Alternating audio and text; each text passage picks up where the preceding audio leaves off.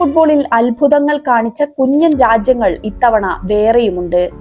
വെറും 5.2 ലക്ഷം മാത്രം ജനസംഖ്യയുള്ള ഫിഫ റാങ്കിങ്ങിൽ 70-ാം സ്ഥാനത്തുമുള്ള കേപ്പ് വെർഡെ ആഫ്രിക്കൻ രാജ്യങ്ങളുടെ ക്വാളിഫയർ പോരാട്ടത്തിലൂടെ ഇതിനകം ക്വാളിഫൈഡ് ആയിരുന്നു.